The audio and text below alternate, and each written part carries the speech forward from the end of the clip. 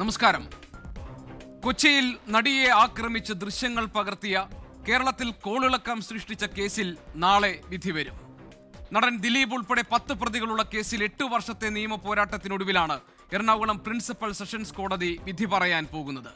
മുഴുവൻ പ്രതികളും ശിക്ഷിക്കപ്പെട്ടാൽ സർക്കാരിന് ആശ്വാസമാകും എന്നിരിക്കെ തദ്ദേശ തെരഞ്ഞെടുപ്പ് പശ്ചാത്തലത്തിൽ വരാനിരിക്കുന്ന കോടതി വിധിക്ക് രാഷ്ട്രീയ പ്രാധാന്യവും ഏറെയാണ്. അസാധാരണ സംഭവങ്ങളാൽ ശ്രദ്ധേയമായ കേസിൽ ജനപ്രിയ താരമായി തിളങ്ങി നിന്ന ദിലീപിന് 85 ദിവസം ജയിലിൽ കഴിയേണ്ടി വന്നു.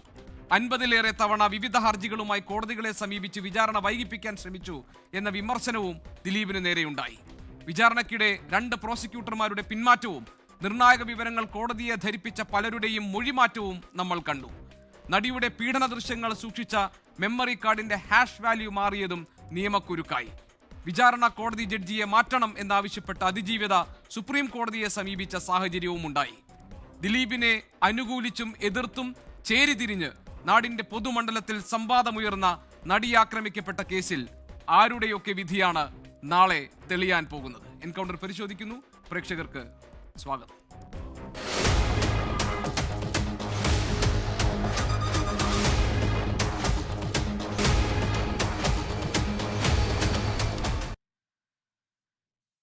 നമ്മളോടൊപ്പം ഇന്ന് അതിഥികളായി എത്തുന്നു ചലച്ചിത്ര നിർമ്മാതാവ് ശ്രീ സജി നന്ദിയാട്ട്, സംവിധായകൻ ശ്രീ ബൈജു കൊട്ടാരക്കര, അഭിഭാഷകൻ അഡ്വക്കേറ്റ് പ്രിയദർശൻ തമ്പി.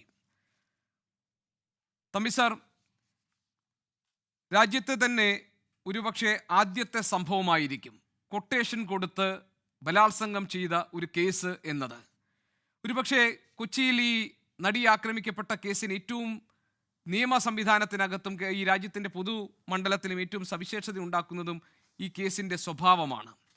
ഇവിടെ ദിലീപ് 8ാം പ്രതിയായി വരുന്നതോടുകൂടിയാണ് ഈ സംഭവത്തിലെ ഗൂഢാലോചന സംബന്ധിച്ച കാര്യങ്ങളിൽ വലിയ ചർച്ചകൾ കേരളത്തിൽ നടന്നത്. അവിടെ പൾസർ സുനിയെ കൊണ്ട്, അതായത് ഈ കേസിൻ്റെ 1ാം പ്രതിയായ പൾസർ സുനിയെ കൊണ്ട് ഈ കൃത്യം ചെയ്യിപ്പിച്ചത് ദിലീപാണോ? അതിന് പിന്നിലുള്ള ഗൂഢാലോചന എന്താണ്? അതിനുള്ള തെളിവുകൾ എന്തൊക്കെയാണ് എന്നതായിരിക്കുമല്ലോ നാളത്തെ വിധി പ്രസ്താവത്തിൽ ഏറ്റവും പ്രധാനപ്പെട്ട ഒരു സ്വാധീന ഘടകം എന്ന് പറയുന്നത്. ഗൂഢാലോചന കുറ്റം ഞാൻ മനസ്സിലാക്കുന്നത് തമ്പി സർ വളരെ പ്രയാസമാണ് അത് തെളിയിക്കാൻ എന്നതാണ്. അതിന് നേരിട്ടുള്ള തെളിവുകൾ ലഭിക്കുക വളരെ വിരളമായ സാഹചര്യത്തിൽ മാത്രമാണ്. അതുകൊണ്ട് സാഹചര്യ തെളിവുകളാണ് പ്രധാനമായും കോടതിയുടെ മുൻപാകെ എത്തേണ്ടത്. ദിലീപ് ശിക്ഷിക്കപ്പെടാൻ പാകത്തിൽ ഈ തെളിവുകളൊക്കെ ഹാജരാക്കാനും കോടതിയെ ബോധ്യപ്പെടുത്താനും പ്രോസിക്യൂഷൻ കഴിഞ്ഞിട്ടുണ്ട് എന്ന് ഇതുവരെ പുറത്തു വരുന്ന വിവരങ്ങളിൽ നിന്ന് താങ്കൾക്ക് തോന്നുന്നുണ്ടോ? അല്ല, ആമുഖമായി പറയുകയാണെങ്കിൽ ഇവിടെ ഗോപികൃഷ്ണൻ ശരിയായ രീതിയിൽ സൂചിപ്പിച്ചതുപോലെ കേരളത്തിൽ 1956 കേരളം നിലവിൽ വന്നതിനെ ശേഷം ഇത്രയേറെ സമൂഹമാകെ, ജനങ്ങളാകെ ചർച്ച ചെയ്യപ്പെട്ട അല്ലെങ്കിൽ ഉറ്റുനോക്കുന്ന ഒരു കേസ് ഇതുപോലെ ഉണ്ടായിട്ടുണ്ടോ എന്നുള്ളത് സംശയമാണ്. അതിന് മൾട്ടിപ്പിൾ റീസൺസ് ഉണ്ട്, പല കാരണങ്ങളുണ്ട്. കാരണം അനിതര സാധാരണമായ സാഹചര്യങ്ങളാണ് ഈ കേസിലെ പ്രോസിക്യൂഷൻ ആരോപണം തന്നെ. കാരണം നമുക്കറിയാം, ഒരാളിനെ കൊല്ലാൻ വേണ്ടി അല്ലെങ്കിൽ ഒരാളിനെ ഉപദ്രവിക്കാൻ വേണ്ടിയൊക്കെ കൊട്ടേഷൻ കൊടുക്കുന്ന സംഭവവികാസങ്ങൾ കേട്ടിട്ടുണ്ട്. എന്നാൽ ഒരു ബലാത്സംഗത്തിന് കൊട്ടേഷൻ കൊടുത്തു എന്നുള്ളതാണ് ഈ കേസിൻ്റെ പ്രോസിക്യൂഷൻ ആരോപണം. അതുകൊണ്ട് തന്നെ ഈ കേസിന് അങ്ങനെ ഒരു ആരോപണം ഇതിനു മുമ്പ് മറ്റൊരു കേസിൽ ഉണ്ടായിട്ടുള്ളതായി നമ്മുടെ ശ്രദ്ധയിൽപ്പെട്ടിട്ടില്ല. അതുപോലെ തന്നെ ഈ കേസിൻ്റെ ഇവിടെ അങ്ങ് സൂചിപ്പിച്ചതുപോലെ തന്നെ അതിജീവിത തന്നെ ഈ കേസിൻ്റെ കോടതി മാറ്റി മറ്റൊരു കോടതിയിലേക്ക് പോകണമെന്ന് പറഞ്ഞ് സുപ്രീം കോടതി വരെ സമീപിക്കുന്ന സംഭവവികാസങ്ങൾ നമ്മൾ കണ്ടതാണ്. പിന്നീട് ഈ കേസിൻ്റെ നാൾവഴികൾ ഇതെല്ലാം പരിശോധിച്ച് കഴിഞ്ഞാൽ വളരെ അനിതര സാധാരണമായ സവിശേഷമായ സംഭവവികാസങ്ങൾ ഈ കേസിൻ്റെ ട്രയലിലുടനീളം ഉണ്ടായിട്ടുണ്ട് എന്നുള്ളത് ആർക്കും നിഷേധിക്കാൻ കഴിയില്ല എന്നുള്ളത് ഒരു പരമമായ വസ്തുതയാണ്. എന്നാൽ ഈ കേസിലെ പ്രോസിക്യൂഷൻ നമ്മൾ മനസ്സിലാക്കിയെടുത്തോളം ഈ കേസിൻ്റെ ട്രയൽ നമുക്കറിയാവുന്നതുപോലെ ബഹുമാനപ്പെട്ട ഹൈക്കോടതിയുടെ നിർദ്ദേശപ്രകാരം ഇൻ ക്യാമറ ട്രയലാണ് നടന്നത്. ട്രയലിനുള്ളിൽ നടക്കുന്ന വസ്തുതകൾ ചർച്ച ചെയ്യാൻ പാടില്ല എന്ന നിർദ്ദേശവുമുണ്ട്. അതുകൊണ്ട് ട്രയലിൽ എന്തൊക്കെയാണ് സംഭവിച്ചതെന്നുള്ള കാര്യങ്ങളെക്കുറിച്ച് വ്യക്തമായി പൊതുസമൂഹത്തിന് അറിയില്ല എന്നുള്ളൊരു വസ്തുതയാണ്.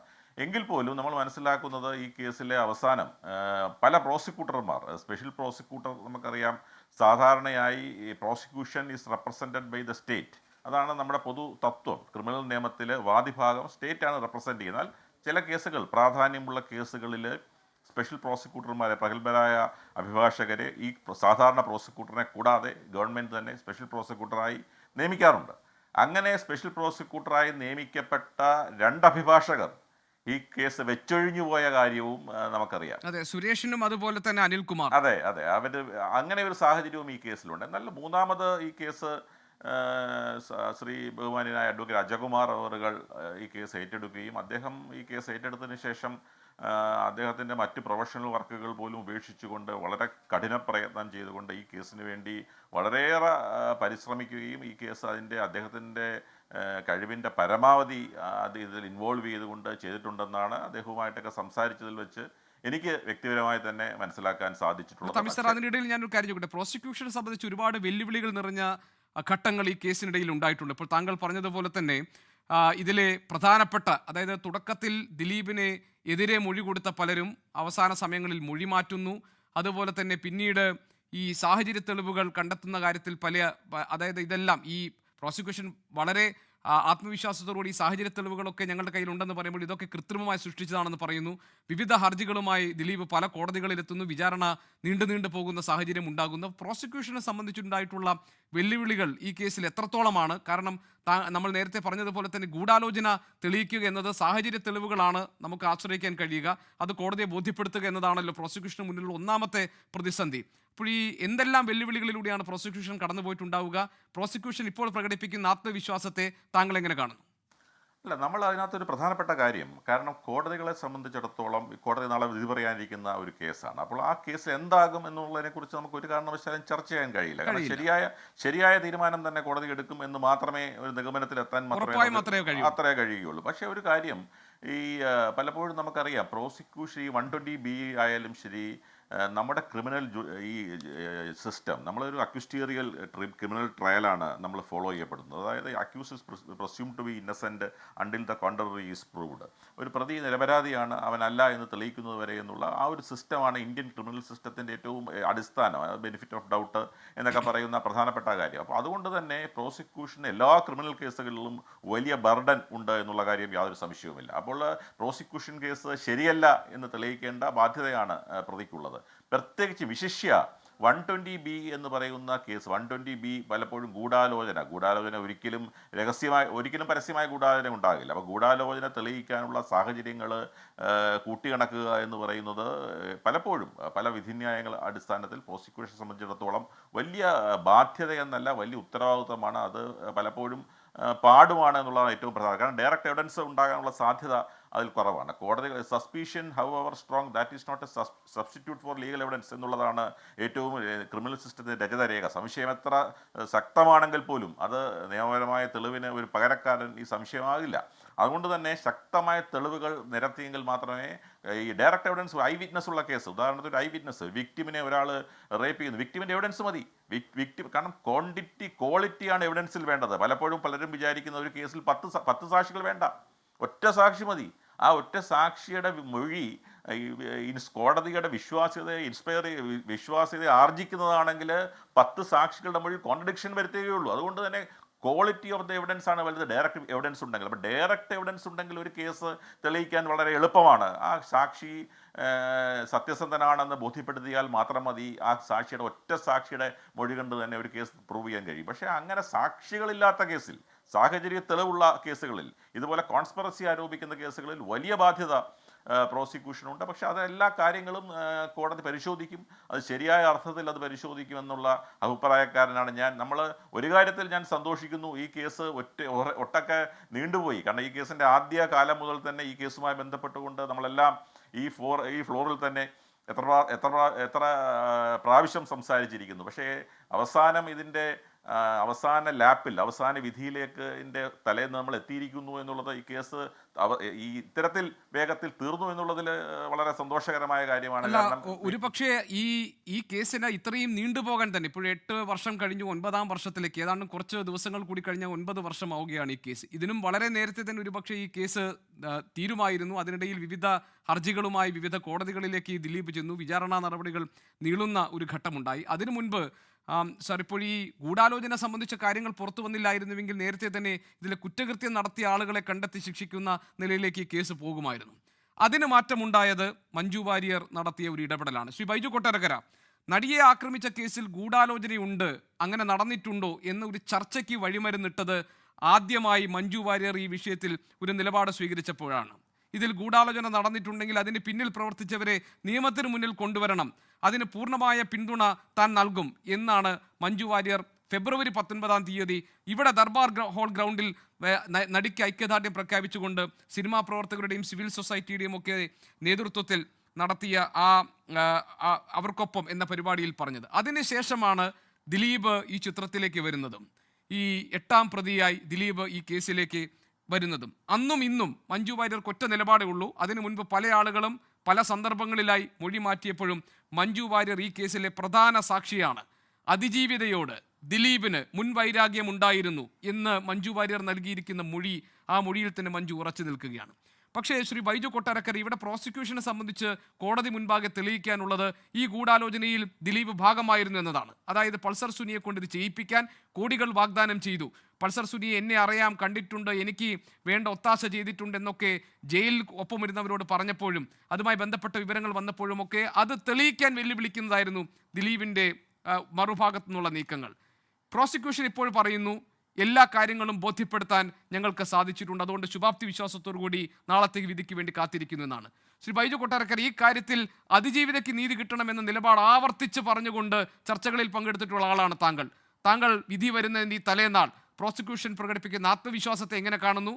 പൾസർ സുനിക്ക് ഏതാണ്ട് 1.5 കോടി രൂപ ദിലീപ് വാഗ്ദാനം ചെയ്തു, അതിനുള്ള തെളിവുണ്ട് എന്നൊക്കെ അന്വേഷണ സംഘം പറയുന്ന ആ ഘടകങ്ങളെ താങ്കൾ എങ്ങനെ വിലയിരുത്തുന്നു?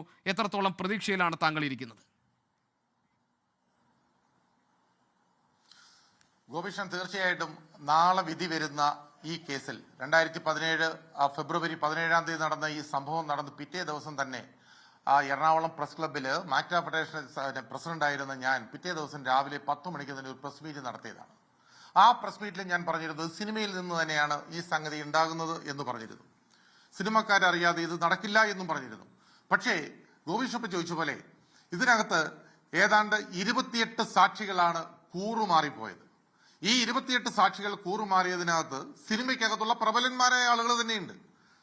നടൻ മുകേഷ് തുടങ്ങി ഇടവേള ബാബു, പിന്നെ ഭാമ നടി ബിന്ദു പണിക്കർ, നടൻ സിദ്ദിഖ്, അങ്ങനെ 28ഓളം പേർ ഈ മൊഴി പോലീസിന് കൊടുത്ത മൊഴി മാറ്റി പറഞ്ഞ ആളുകളാണ്. ഇതിനകത്ത് ഒറ്റ കാര്യമേ ഉള്ളായിരുന്നുള്ളൂ. ഈ കോൺസ്പിറസി തെളിയിക്കാൻ പൾസർ സുനിയുമായി ദിലീപിന് ബന്ധമുണ്ട് എന്ന് വളരെ വ്യക്തമായി തെളിഞ്ഞു കഴിഞ്ഞു. ഇപ്പോ പൾസർ സുനിയുടെ അഭിഭാഷകനായ പ്രതീഷ് എന്ന് പറയുന്ന അഭിഭാഷകൻ വരെ പരസ്യമായിട്ട് 3-4 ദിവസം മുമ്പിൽ പറഞ്ഞു തുടങ്ങി പൾസർ സുനിക്ക് ദിലീപിനെ നേരത്തെ തന്നെ അറിയാം. അതായത് പൾസർ സുനിയുമായി ദിലീപിന് ബന്ധമുണ്ടോ എന്നതല്ല, പൾസർ സുനിയുമായി ദിലീപിന് സാമ്പത്തിക ഇടപാടുകൾ ഉണ്ടായിട്ടുണ്ടോ, ആ സാമ്പത്തിക ഇടപാടുകൾ നടത്തിയത് ഈ കൃത്യം നിർവഹിക്കാൻ വേണ്ടി ദിലീപ് കൊടുത്ത ഒരു കൊട്ടേഷൻ ഏറ്റെടുത്തതിന്റെ ഭാഗമായിരുന്നോ എന്നൊക്കെ തെളിയിക്കപ്പെടേണ്ടതുണ്ട്. അല്ലെങ്കിൽ അതിൻ്റെയൊക്കെ കൃത്യമായ തെളിവുകൾ കോടതിയെ ബോധ്യപ്പെടുത്തേണ്ടതുണ്ട്. ആ അർത്ഥത്തിലാണല്ലോ അല്ലേ താങ്കൾ ഇതൊക്കെ പറയുന്നത്? തീർച്ചയായും അത് തന്നെയാണ് ഗോപികൃഷ്ണൻ പറഞ്ഞു വരുന്നത്. തീർച്ചയായും, അതായത് ഈ പൾസർ സുനിയുടെ അമ്മയുടെ അക്കൗണ്ടിലേക്ക് കൊടുത്ത പണം ഉൾപ്പെടെ പല കമ്പനികളുടെ പേരിൽ, പല സിനിമാ കമ്പനികളുടെ പേരിൽ ഈ പൾസർ സുനിക്ക് പണം അയച്ചത് ഉൾപ്പെടെയുള്ള രേഖകൾ പിന്നെ പോലീസ് കോടതിയിൽ ഹാജരാക്കിയിട്ടുണ്ടെന്നാണ് എനിക്കറിയാൻ കഴിയുന്നത്. കാരണം അതിനകത്ത് അത്രത്തോളം പൾസർ സുനി എഴുതിയ 2 കത്തുകൾ, പൾസർ സുനിക്ക് ഇപ്പൊ മനംമാറ്റം വന്നുപോയി, പൾസർ സുനി നല്ലവനായി എന്നൊക്കെയാണ് പൾസറിന്റെ അമ്മ പോലും പറയുന്നത്. അതൊക്കെ എന്തോ ആയിക്കോട്ടെ, പക്ഷെ എന്നിരുന്നാലും ഈ പൾസർ സുനിക്ക് 1.5 കോടി രൂപ കൊടുത്തിരുന്നെങ്കിൽ ആ 1.5 കോടിയല്ല അതിൽ കൂടുതലും ഞാൻ കൊടുത്തേനെ, ഇയാൾ ഈ കുഴപ്പത്തിന് പോയതാണെന്ന് ദിലീപ് പറയുന്ന വോയിസ് ക്ലിപ്പ് വരെ കോടതിയിൽ കൊടുത്തിട്ടുണ്ടെന്നാണ് ഞാൻ അറിയുന്നത്. ആ വോയിസ് ക്ലിപ്പ് എന്റെ പക്കലും ഉണ്ട്. ആ വോയിസ് ക്ലിപ്പ് പല ചാനലുകളും പിന്നെ ടെലികാസ്റ്റ് ചെയ്താണ്, 24 ഉൾപ്പെടെ ടെലികാസ്റ്റ് ചെയ്താണെന്ന് എന്റെ ഓർമ്മ. അപ്പോ അങ്ങനെയുള്ള വോയിസ് ക്ലിപ്പുകളുടെ ഒരു ബഹളം തന്നെ ഉണ്ടായിരുന്നു. ദിലീപ് തന്നെ പറഞ്ഞ കാര്യങ്ങൾ, അതുപോലെ മെമ്മറി കാർഡ് വീട്ടിലിട്ട് കണ്ട കാര്യങ്ങൾ. ഈ ഒരു ദിലീപിന്റെ കയ്യിലുള്ള ഫോണുകൾ, 4 ഫോണുകൾ ഹൈക്കോടതി എത്ര തവണ ആവർത്തിച്ചു ചോദിച്ചു, എത്രയോ തവണ ഹൈക്കോടതി ഉത്തരവിട്ടു ആ ഫോണുകൾ ഹാജരാക്കണം. എന്നിട്ട് ഹാജരാക്കിയോ? അവസാനം കൊടുത്തു. ചണ്ടിയായ 3 ഫോണുകൾ ഹൈക്കോടതിയിൽ കൊണ്ടുകൊടുത്തു. ബോംബെയിൽ കൊണ്ടുപോയി, അഡ്ലാബിൽ കൊണ്ടുപോയി, അതിനകത്തെ പിന്നെ വിവരങ്ങളെല്ലാം അതിൽ നിന്ന് ഡിലീറ്റ് ചെയ്ത് കളഞ്ഞിട്ട് വെറും ഫോണുകൾ മാത്രം കോടതിയിലേക്ക് കൊണ്ടു കൊടുത്തു. എറണാകുളത്തെ ഹയാത്ത് റീജൻസിയിലും അതേപോലെ പിന്നെ പനമല നഗറിലുള്ള റീജൻസി ഹോട്ടലിലും ഒരുമിച്ച് റൂം എടുത്തിരുന്നിട്ട് അവിടെ സായി ശങ്കർ എന്ന് പറഞ്ഞ ഒരു ചെറുപ്പക്കാരനെ കൊണ്ട് ഈ വക്കീലും ദിലീപും കൂടെ ഒരുമിച്ചിരുന്ന് ഫോണിനകത്തുള്ള വിവരങ്ങളെല്ലാം എടുത്തു കളഞ്ഞില്ലേ? ഇതൊക്കെ തെളിവുള്ള ഉള്ളതല്ലേ? കുറ്റം ചെയ്യാത്ത ഒരാളാണെങ്കിൽ എന്താണ് ഇതിൻ്റെയൊക്കെ ആവശ്യം? എന്താണ് ഈ പറയുന്ന കാര്യങ്ങൾ എന്തെങ്കിലും ആവശ്യമുണ്ടോ? അതേപോലെ 67 പ്രാവശ്യമാണ് സുപ്രീം കോടതിയിലും കേരള ഹൈക്കോടതിയിലുമായി ഹർജികൾ കൊടുത്തിരിക്കുന്നത്. 67 തവണ. എന്നിട്ട് പറയുന്നതോ ഞാൻ കേസ് നീട്ടിക്കൊണ്ടു പോകുന്നു എന്നാണ്. ഈ കേസിന്റെ ഒരു അവസാനം കാണും എന്ന് പറഞ്ഞ സമയത്താണ് ബാലേന്ദ്രകുമാർ എന്ന് പറയുന്ന സംവിധായകൻ രംഗത്ത് വരുന്നത്. അദ്ദേഹം ഒന്നും ജീവനത്തോടെ ഇല്ല. ഈ ബാലേന്ദ്രകുമാർ വന്നു കഴിഞ്ഞപ്പോ ബാലേന്ദ്രകുമാർ കൊടുത്ത തെളിവുകൾ അത് ഓരോന്നും ശരിവെക്കുന്ന രീതിയിലല്ലായിരുന്നോ? എന്നിട്ട് ആ ബാലേന്ദ്രകുമാറിനെ പൂട്ടാൻ വേണ്ടി എന്തെല്ലാം കാര്യങ്ങൾ ചെയ്തു. ബലാത്സംഗ കേസ് വരെ വർഷങ്ങൾക്ക് മുമ്പ് അയാൾ താമസിച്ചിരുന്ന വീട്ടിലേക്ക് ഏതോ ഒരു യുവതി കയറി ചെന്നു എന്ന്. അവരിപ്പോ വയസ്സായ കാണാം, 10-65 വയസ്സായുണ്ടാവും. അവര് കയറി ചെന്നു എന്ന് പറഞ്ഞ് പോലീസിനെ കൊണ്ട് അന്വേഷിപ്പിച്ചിട്ട് ആ പാവത്തിന്റെ പേരിൽ അന്ന് കേസെടുത്തില്ലേ, FIR ഇടിപ്പിച്ചില്ലേ? എന്നിട്ട് എന്തായി? അവസാനം പോലീസ് തന്നെ എഴുതി തള്ളേണ്ടി വന്നില്ലേ? അപ്പൊ ഇതെല്ലാം ഏതിലേക്കാണ് പോകുന്നത്? ഒരു കുറ്റം ചെയ്തു കഴിഞ്ഞാൽ ആ കുറ്റം മുഖ്യമന്ത്രിക്ക് എഴുതിയ കത്തെന്തായിരുന്നു? ദിലീപ് എന്താണ് മുഖ്യമന്ത്രിക്ക് കത്തെഴുതിയത്? എനിക്ക് സാറിനെ മാത്രമേ വിശ്വാസമുള്ളൂ, 3-4 ദിവസമായി ഞാൻ ഉറങ്ങിയിട്ട് എനിക്ക് ഉറക്കം പോലും വരുന്നില്ല എന്നുള്ള രീതിയിൽ മുഖ്യമന്ത്രിക്ക് ഒരു കത്തെഴുതിയില്ലേ? അത് കഴിഞ്ഞിട്ട് 4 ദിവസം കഴിഞ്ഞപ്പോഴാണല്ലോ ദിലീപിനെ പൊക്കിയത്. അപ്പൊ ഇതിന്റെ കാരണങ്ങൾ വളരെ വ്യക്തമായി പോലീസിന് അറിയാം. പക്ഷെ ദിലീപിനെ വെള്ളപൂശാൻ വേണ്ടി ഒരുപാട് പേര് അന്ന് രംഗത്തുണ്ടായിരുന്നു. അതിൽ ഒരാളിപ്പോ ജയിലിൽ കിടപ്പുണ്ട്. 10 സെക്കൻഡ് വേണ്ടി വരുമെന്ന് പറഞ്ഞ ഒരാളിപ്പോ ജയിലിൽ കിടപ്പുണ്ട്. വെള്ളപൂശ ഇറങ്ങിയ ഒരു മനുഷ്യനാണ്. ഇപ്പൊ ജയിലിൽ കിടന്ന് 10 സെക്കൻഡ് ചോദിക്കുകയാണ്, 10 സെക്കൻഡ് 20 സെക്കൻഡ് ചോദിച്ചുകൊണ്ടിരിക്കുക എന്ന് പറഞ്ഞതുപോലെ ഒരുപാട് പേര് ഇപ്പൊ ഈ PR വർക്കിലൂടെയും അല്ലാതെയും ഒക്കെ എന്നെ വരെ കൊല്ലാൻ ആളിനെ അയച്ചില്ലേ? ഇപ്പോഴും കേസ് കിടക്കുകയല്ലേ അതിന്റെ? എന്നിട്ട് എന്റെ വീട്ടിൽ വന്നൊരു പട്ടിയെ തന്നിക്കൊന്നിട്ടല്ലേ എന്ന് പോയത്? ഇതൊക്കെ മറച്ചു വെക്കണോ? ഞാൻ അറിയാൻ വേണ്ടി വെക്കണോ ഗോപീഷൻ? ഈ കാര്യങ്ങൾ മറച്ചു വെക്കണോ? എത്രയെത്ര കാര്യങ്ങൾ ഈ കേസിന്റെ തുടക്കം മുതൽ ഇന്ന് വരെ ഈ കേസിൽ നിന്ന് ദിലീപ് എന്ന 8ാം പ്രതിയെ മാറ്റി നിർത്താൻ, അല്ലെങ്കിൽ 8ാം പ്രതിക്ക് ഇതിൽ പങ്കില്ല എന്ന് വരുത്തി തീർക്കാൻ എന്തെല്ലാം കള്ളക്കഥകളും എന്തെല്ലാം PR വർക്കുകളുമാണ് അവർ ചെയ്തത്, ഇപ്പോഴും ചെയ്തുകൊണ്ടിരിക്കുകയല്ലേ? കാവ്യമാധവന്റെ ലക്ഷ്യ എന്ന സ്ഥാപനത്തിലല്ലേ ആദ്യം ഈ പൾസർ സുനി പെൻഡ്രൈവ് കൊണ്ട് കൊടുത്തത്? ഈ പെൻഡ്രൈവ് കൊടുത്ത വിവരങ്ങൾ ഇത് FSL റിപ്പോർട്ട് 1.5 വർഷം വിചാരണ കോടതിയിൽ പൂഴ്ത്തി വെച്ചില്ലേ? അത് ആരുടെ കുറ്റമാണ്? ആര് പറഞ്ഞിട്ടാണ് അവിടെ പൂഴ്ത്തി വെച്ചത്? അത് വെളിപ്പെടുത്തിയില്ലേ? സുനിൽ എന്ന് പറയുന്ന FSL ലാബിലെ ഉദ്യോഗസ്ഥൻ സുനിൽ അത് കോടതിയിൽ മൊഴി പറഞ്ഞില്ലേ? അപ്പോ ഇതിനകത്തെല്ലാം വെളിവാകുന്ന ഒരുപാട് കാര്യങ്ങൾ ഈ കേസിനകത്ത് ദിലീപിന് പങ്കില്ല എന്ന് വരുത്തി തീർക്കാൻ ഒരുപാട് പേർ കിണഞ്ഞു പരിശ്രമിച്ചിട്ടുണ്ട്. പക്ഷെ ബാലേന്ദ്രകുമാർ മരിക്കുന്നതിന് 2 ദിവസം മുമ്പ് എനിക്കൊരു മെസ്സേജ് ഇട്ടിരുന്നു. ആ മെസ്സേജ് ഇപ്പോഴും ഞാൻ എൻ്റെ ഫോണിൽ അതേപോലെ തന്നെ സൂക്ഷിച്ചിട്ടുണ്ട്. ബാലേന്ദ്രകുമാർ പറഞ്ഞത്, ഞാൻ ചിലപ്പോ മരിച്ചു പോയേക്കാം ബൈച്ചേട്ടാ, പക്ഷേ ഞാൻ മരിച്ചാലും ഈ കേസിന്റെ വിധി ഒന്ന് കാണണമെന്ന് എനിക്കുണ്ടായിരുന്നു, പക്ഷേ ഞാൻ മരിച്ചാലും നീതി പുലരും എന്നാണ് ബാലേന്ദ്രകുമാർ എനിക്കിട്ടൊരു മെസ്സേജ്. നീതി വരും. അവസാന ദിവസങ്ങളിലൊക്കെ 45ഓളം ദിവസങ്ങളിൽ ഈ ബാലേന്ദ്രകുമാർ എറണാകുളത്തും തിരുവനന്തപുരത്തും കോടതിയിൽ കിഡ്നി ഫെയിലറായി ഹാർട്ട് പ്രോബ്ലമായി ഇരുന്ന ആ മനുഷ്യൻ, യാത്ര പോലും പറ്റാതിരുന്ന മനുഷ്യൻ അവിടെ ഇരുന്ന് വിചാരണയ്ക്ക് മൊഴി കൊടുക്കുമ്പോഴും വിചാരണ നേരിടുമ്പോഴും ഒക്കെ ആ സമയത്ത് മുഴുവൻ ഈ ബാലേന്ദ്രകുമാർ പച്ചവെള്ളം പോലും കുടിക്കാതെ അവിടെ ഇരുന്ന് മറുപടികൾ പറഞ്ഞുകൊണ്ടേയിരുന്നു.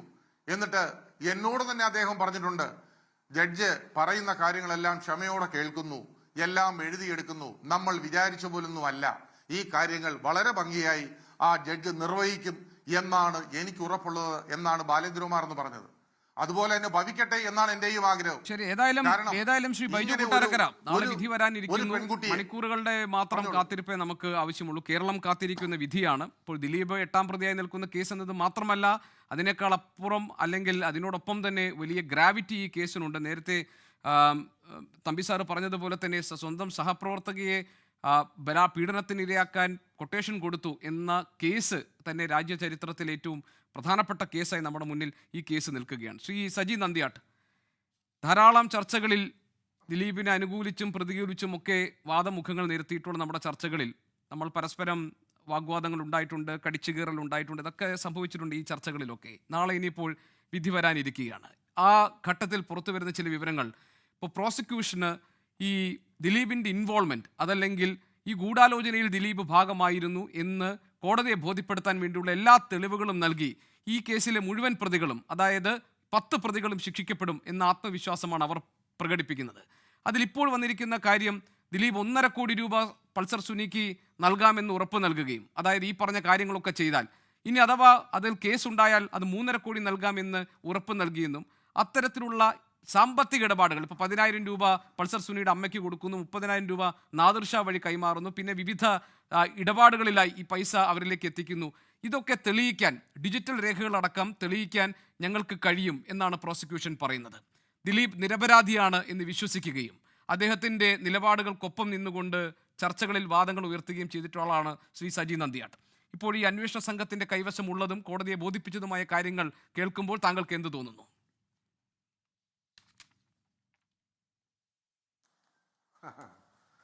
നല്ല തിരക്കഥ. 8.5 വർഷമായി ചാനലിൽ ഇരുന്നു കൊണ്ട് ഇവരെല്ലാം കൂടെ നല്ല തിരക്കഥ, പൊതുബോധത്തെ ഉണർത്താൻ.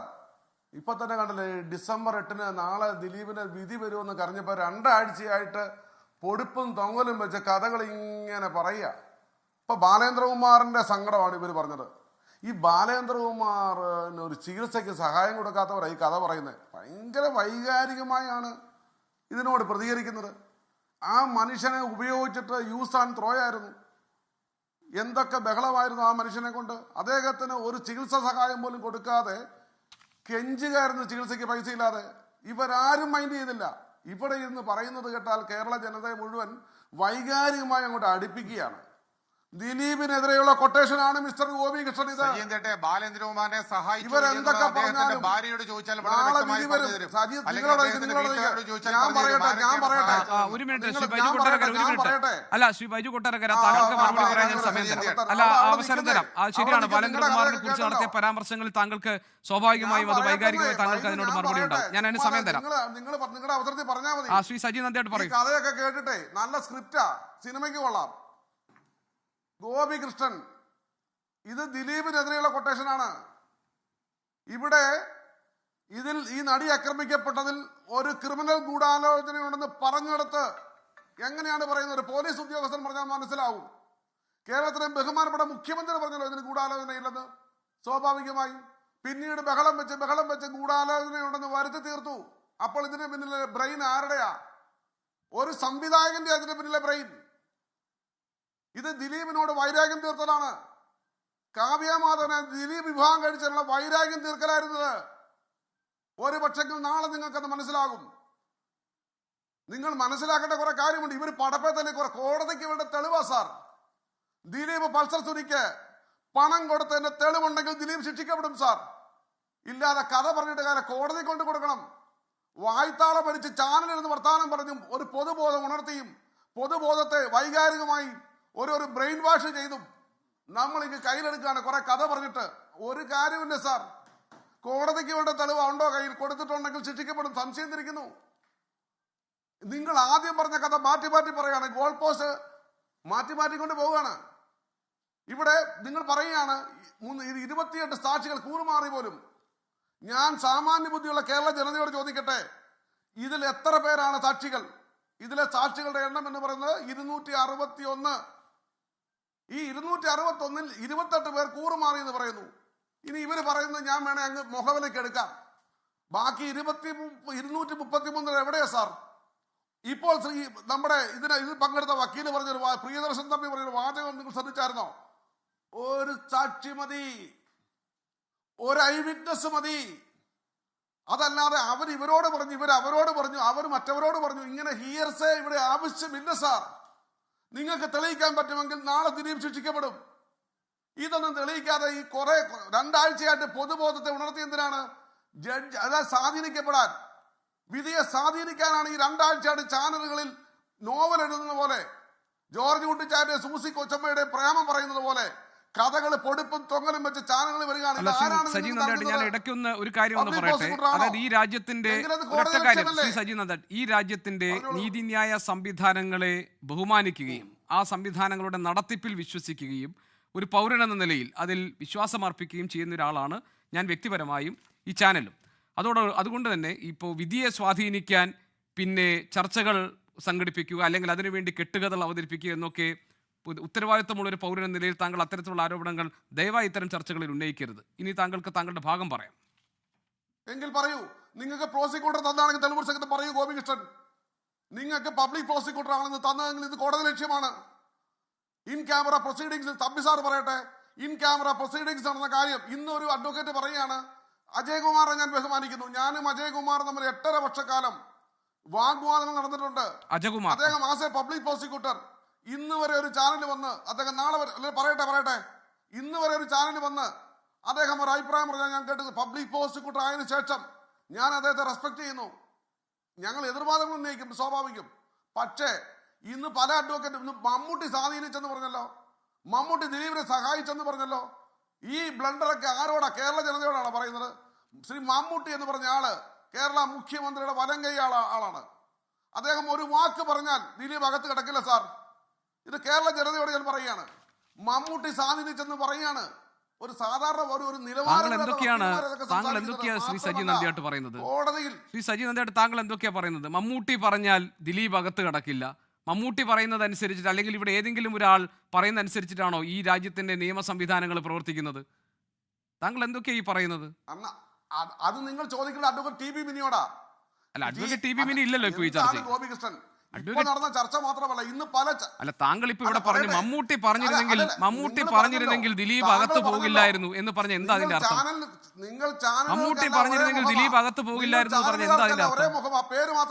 എന്താണ് അതിന്റെ അർത്ഥം? അല്ലല്ല, ശ്രീ സജി നന്ദിയാട്ട്, ഞാൻ ചോദിക്കുന്നത്, താങ്കൾ പറഞ്ഞു മമ്മൂട്ടി പറഞ്ഞിരുന്നെങ്കിൽ ദിലീപ് അകത്ത് പോകില്ലായിരുന്നു എന്ന് പറഞ്ഞാൽ എന്താ അതിന്റെ അർത്ഥം? അതായത് ഒരു കേസിൽ കുറ്റക്കാരായ ആളുകൾ, പ്രതി ചേർക്കപ്പെട്ട ആളുകൾ, സംശയത്തിൽ നിൽക്കുന്ന ആളുകൾ കേസിന്റെ ഭാഗമായി പിടിക്കപ്പെടുന്ന തീരുമാനമെടുക്കുന്നത് ഇതുപോലെ സമൂഹത്തിൽ മറ്റു മേഖലകളിൽ സ്വാധീനം ചെലുത്തുന്ന ആളുകളാണെന്നോ? താങ്കളും ഈ പറയുന്നത് കേരളത്തിന്റെ പൊതുസമൂഹത്തോടാണ്, ഒരു ഭരണ സംവിധാനമുള്ള ഈ നാടിനെ കുറിച്ചാണ്. ഞാൻ അതിലേക്ക് ഗോപികൃഷ്ണൻ, നിങ്ങൾ ഇടപെടല്ലേ, ഞാൻ സംസാരിക്കട്ടെ. ഞാൻ പറഞ്ഞത് ബാക്കി പറഞ്ഞാൽ നിങ്ങൾ മനസ്സിലാകത്തുള്ളൂ. നിങ്ങൾ ചാനലുകാർ ഈ ചാനലിൽ പറഞ്ഞില്ലെങ്കിലും മറ്റ് ചാനലുകളെല്ലാം ഞാൻ കണ്ടിട്ട് വന്നിരിക്കുകയാണ് മമ്മൂട്ടി ദിലീപിനെ സഹായിച്ചെന്ന്. അപ്പോൾ അതാ ഞാൻ ചോദിച്ചത്, അതിന് മറുവശമാണ് ഞാൻ സംസാരിച്ചത്. അപ്പൊ ഇത്തരത്തിലുള്ള കഥകൾ ഇങ്ങനെ പൊടുപ്പും തൊങ്ങലും വെച്ച് ഇങ്ങനെ കേരള ജനസമൂഹത്തെ വൈകാരികമായി മാനസികമായി കയ്യിലെടുക്കുകയാണ്. എന്നിട്ട് ഇവർ മസ്തിഷ്ക പ്രളയം നടത്തുകയാണ്.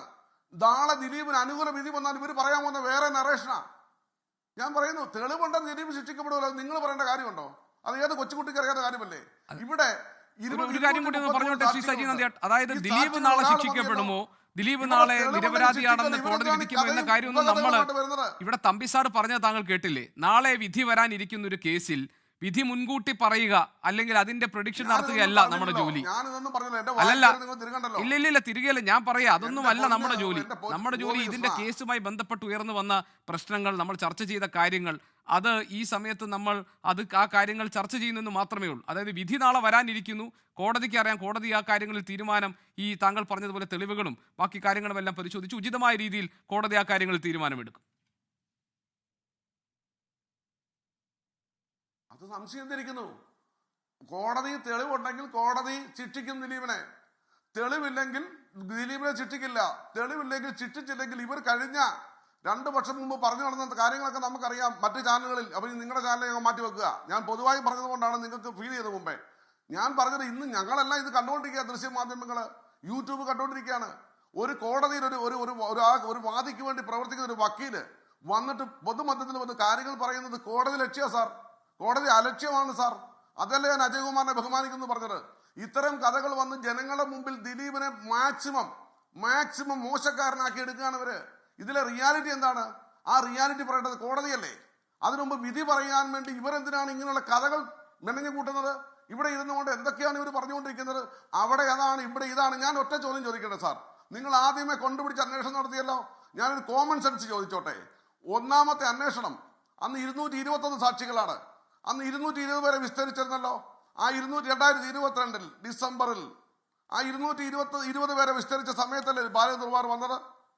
അന്ന് അനൂപിന് അയച്ച മെസ്സേജുകളുണ്ടല്ലോ പണം ചോദിച്ചുകൊണ്ട്. അതുപോലെ തന്നെ ദിലീപിനെ രക്ഷിക്കാൻ, ദിലീപിനെ ഞാനാണ് 85 ദിവസം ജയിലിൽ കിടന്ന് ദിലീപിനെ ഞാനാണ് ജാമ്യം വാങ്ങിച്ചു കൊടുത്തത്. അന്നത്തെ ജഡ്ജിക്ക് പൈസ കൊടുക്കാൻ ഞാൻ നെയ്യാറ്റങ്കര ബിഷപ്പിന്റെ അടുത്ത് പോയി. അവരെ അമിത്ഷാ അതോടൊപ്പം തന്നെ പനീർ സെൽവം അന്നത്തെ കാലത്ത് തമിഴ്നാട് മുഖ്യമന്ത്രിയാണ്. ഇങ്ങനെയുള്ള ബെഡായ്സ് ഒക്കെ അടിച്ചിരുന്നല്ലോ. അപ്പൊ ഇതൊന്നും ഒരു പ്രശ്നമല്ല. ഇതൊന്നും അല്ല ഇവിടുത്തെ മാറ്റർ ഓഫ് ഫാക്ട്സ്. ഇവിടുത്തെ മാറ്റർ ഓഫ് ഫാക്ട്സ് എന്താണ്? നടി ആക്രമിക്കപ്പെട്ടത് ആരാണ്? പൾസസുനിയാൽ. ആ പൾസസുനിക്ക് ദിലീപ് കൊട്ടേഷൻ കൊടുത്തിട്ടുണ്ടോ? ഉണ്ടെങ്കിൽ അവർ തമ്മിലുള്ള ബന്ധം ഒരു 220B എന്ന് പറയുന്നത് തെളിയിക്കണമെങ്കിൽ അത് ഫ്രം ദ റൂട്ട് ടു ഫ്രൂട്ട്സാ. ഇത് അവിടെ എവിടെ ഒരു കണ്ണി മുറിഞ്ഞാൽ ഗൂഢാലോചന തെളിയിക്കാൻ പറ്റില്ല. അത് താങ്കൾ പറഞ്ഞത് ശരിയാണ്. 120B ഗൂഢാലോചന കുറ്റം, കോൺസ്പിറസി, ക്രിമിനൽ കോൺസ്പിറസി തെളിയിക്കണമെങ്കിൽ ഫ്രം റൂട്ട് ടു ഫ്രൂട്ട് ആണ്. ശരിയാണ്, ഈ പറഞ്ഞ കാര്യങ്ങളൊക്കെ ശരിയാണ്.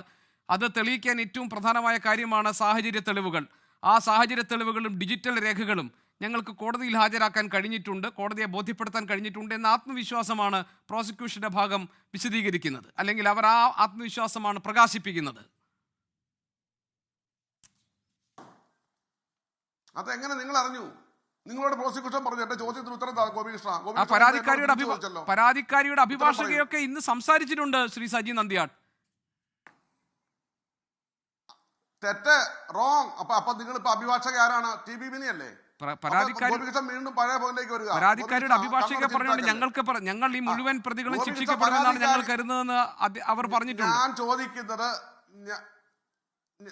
ഗോപികൃഷ്ണ, ഞാൻ ഒറ്റ കാര്യം ചോദിക്കുന്നത് പൊതുസമൂഹം കേൾക്കട്ടെ.